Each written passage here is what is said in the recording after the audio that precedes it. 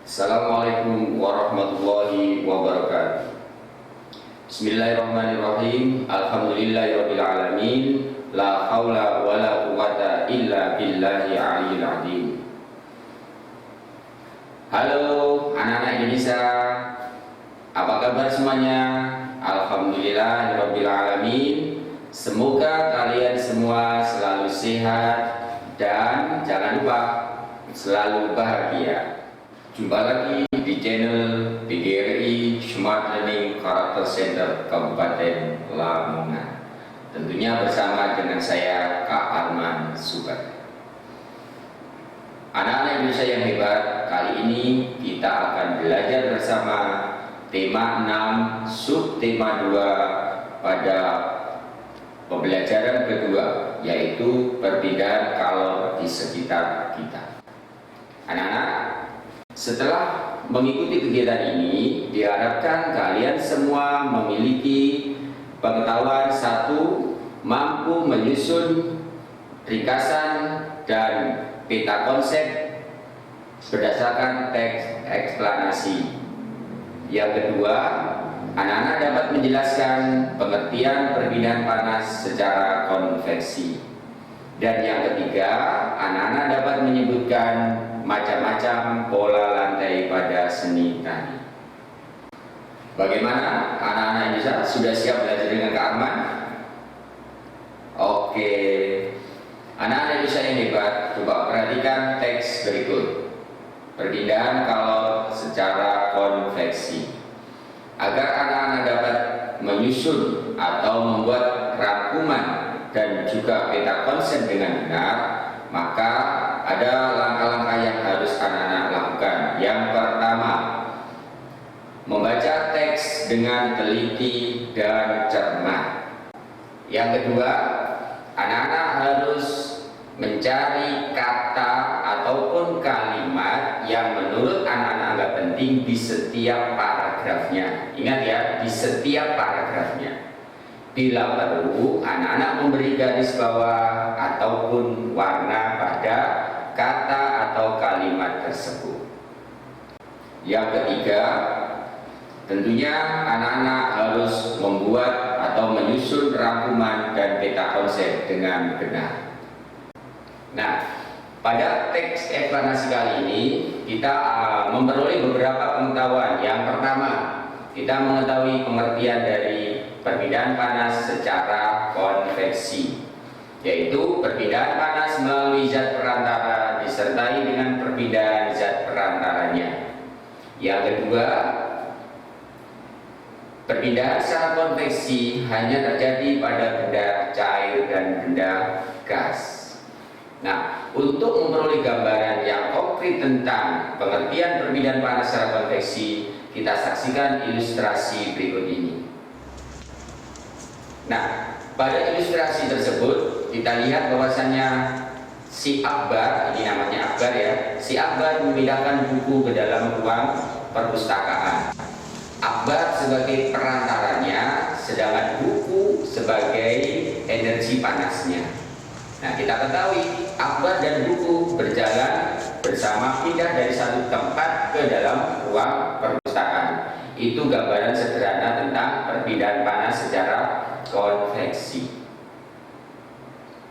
Nah, yang ketiga, perpindahan panas secara konveksi ini dapat kita jumpai dalam kehidupan sehari-hari seperti yang pertama, pada saat kita merebus air, di mana bagian air yang bawah yang dekat dengan api akan panas lebih dulu, kan ya. Nah, air yang panas tadi akan bergerak ke atas bersama dengan panasnya dan diganti dengan air yang dingin akan bergerak ke bawah. Nah, seperti itu. Yang kedua adalah peristiwa terjadinya angin darat dan angin laut. Ada yang tahu anak-anak Indonesia apa itu angin darat, angin laut? Oke, hebat. Angin darat adalah angin yang bertiup dari darat ke laut dan terjadinya pada malam hari. Sedangkan angin laut adalah angin yang berhembus dari laut ke darat, terjadinya pada siang hari. Nah, gimana? Sudah tahu ya? Sudah ngerti ya tentang pengertian angin darat dan angin laut? Ada Ada yang bertanya? Oke. Nah, mungkin Kak Arman yang bertanya aja. Mengapa angin darat terjadi pada malam hari, sedangkan angin laut terjadi pada siang hari? Ayo, siapa yang mau jawab? Oke, begini penjelasan anak-anak ya. Pada pagi hari, matahari bersinar terang menyinari bumi baik darat maupun laut. Nah, dari pagi hingga sore, daratan ini akan lebih cepat panas dibanding dengan lautan. Nah, pada siang hari daratan ini sudah panas, lautannya masih dingin, maka terjadilah angin laut, yaitu angin laut, angin yang berhembus dari laut ke darat tadi. Nah, setelah matahari tenggelam malam hari, maka terjadi proses melepas panas. Daratan lebih cepat melepas panas dibanding dengan lautan. Yang mana tadi pagi lautannya juga panas, daratannya juga panas, tetapi pada malam hari ini ada perbedaan kecepatan melepas panasnya. Bumi lebih cepat dingin, melepas panasnya lebih cepat sehingga lebih cepat dingin. Dan lautan masih panas, terjadilah perbedaan tekanan udara sehingga bertiuplah angin darat, yaitu angin yang berhembus dari darat ke laut. Nah, begitulah penjelasan singkat. Oke, anak-anak Indonesia yang hebat, sekarang akan Kak Arman aja untuk melakukan percobaan perbedaan panas secara konveksi. Bahan yang kita gunakan adalah yang pertama ini, gelas transparan. Yang kedua air ya, air yang jernih. Dan yang ketiga adalah es batu yang berwarna. Apabila anak-anak belum menyediakan es batu yang berwarna, bisa diganti dengan pewarna dan ini apa, sedotan. Nah, disiapkan seperti itu. Nah, kebetulan ini sudah Arman siapkan es batu yang berwarna.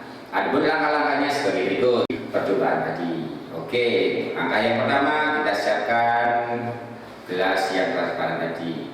Kemudian kita tuangkan air jernihnya ya, kita tuangkan. Jangan sampai penuh ya nanti, karena kalau diisi dengan es batu bisa tumpah airnya. Nah, ini tidak sampai penuh ya. Oke, ini sudah cukup. Oke. Nah, sekarang akan saya masukkan es batunya. Coba diperhatikan apa yang terjadi di dalam gelas transparannya. Oke, siap anak bisa? Oke, coba ini ya. Nah, coba diperhatikan.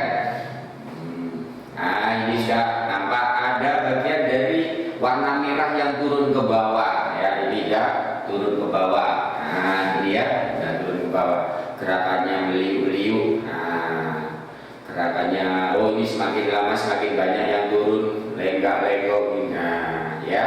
Oke, ini mengingatkan pada Kak Arman waktu sekolah dulu anak-anak. Gimana Kak Arman juga pernah ambil tari waktu itu ya, di perpisahan dengan pada waktu perpisahan di kelas 3 ya. Nah, waktu itu Kak Arman tadi gedruk namanya. Wah, kadang ke depan, kadang ke belakang, kadang ke samping, kadang lagi melingkar dan seterusnya. Nah, itu yang disebut dengan format pola lantai pada tari. Nah, jadi pola lantai adalah bentuk atau formasi tertentu yang dibuat oleh penari dalam sebuah tari. Ada dua macam bentuk pola lantai. Nomor satu, pola lantai garis lurus. Contohnya tari saman. Ada yang tahu dari mana tari saman? Oke, dari Nangro Aceh Darussalam. Contoh yang kedua, tari Bedayang Semang. Ada yang tahu kalau tari yang ini dari mana? Oke, dari daerah istimewa Yogyakarta. Pola yang kedua adalah pola lantai garis lengkung. Sebagai contoh, ini tari Sekapur Sirih. Nah, kalau ini ada yang tahu nggak dari mana? Oke, bagus, dari Bengkulu. Dan ini contoh yang kedua. Nah, tentunya tidak asing, anak-anak pasti kenal ini. Tari apa anak? Oke, tari pendek. Dari mana? Oke, dari Bali. Bagaimana anak-anak belajar hari ini? Semoga menyenangkan dan ilmunya bermanfaat.